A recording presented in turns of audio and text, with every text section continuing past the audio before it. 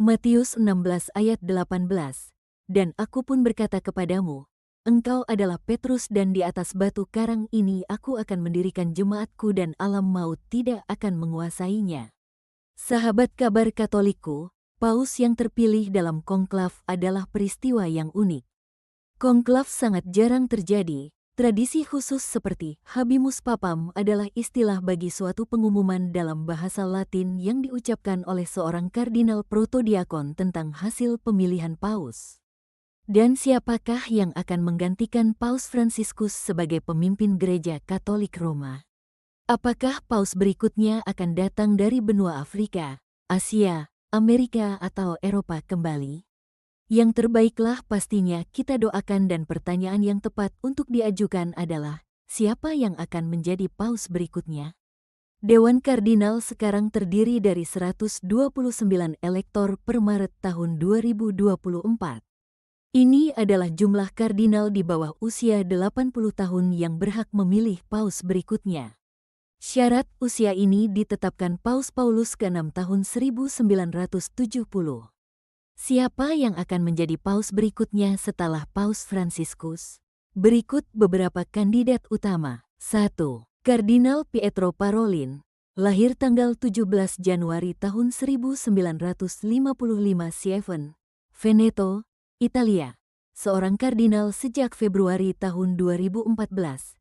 Dan ia telah menjabat sebagai Sekretaris Negara Vatikan sejak Oktober tahun 2013 dan anggota Dewan Penasihat Kardinal sejak Juli tahun 2014.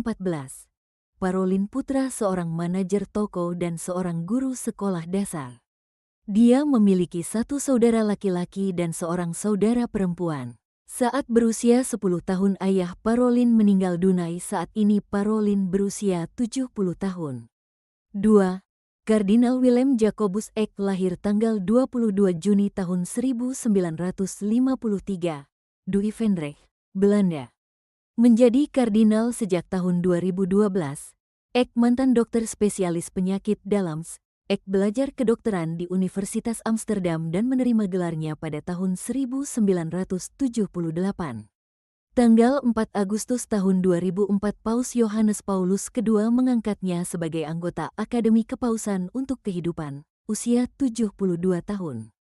3. Kardinal Peter Erdo, lahir tanggal 25 Juni tahun 1952 di Budapest, Hungaria, diangkat menjadi kardinal tanggal 21 Oktober tahun 2003.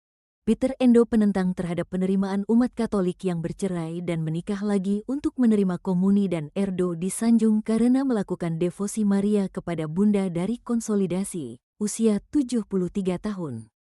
4. Kardinal Raymond Leoburg, lahir tanggal 30 Juni tahun 1948 di Amerika Serikat, ditunjuk sebagai kardinal tanggal 20 November tahun 2010 oleh Paus Benediktus ke-16. Burg yang pernah dikabarkan berselisih dengan Paus Fransiskus, dengan keras menentang upaya uskup lain untuk bersantai, sikap gereja terhadap kaum gay, orang Katolik yang memilih bercerai dan menikah lagi di luar gereja, serta menentang politisi yang mendukung aborsi dilegalkan.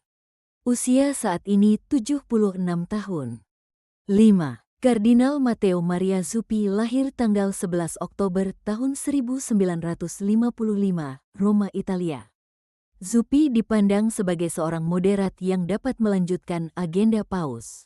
Ia dikenal karena fokusnya pada inklusivitas dan keadilan sosial. Diangkat menjadi kardinal tahun 2019. Usia saat ini 69 tahun. 6.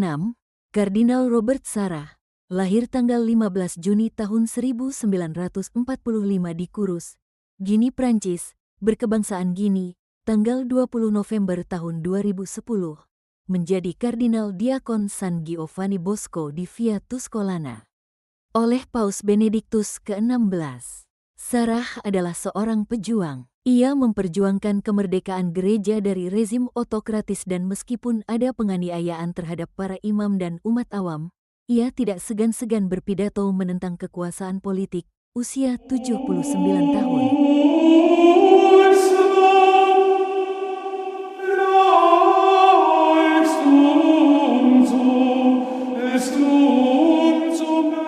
Sahabat kabar Katolikku, semoga ingin menambah pengetahuan dan iman kekatolikan kita.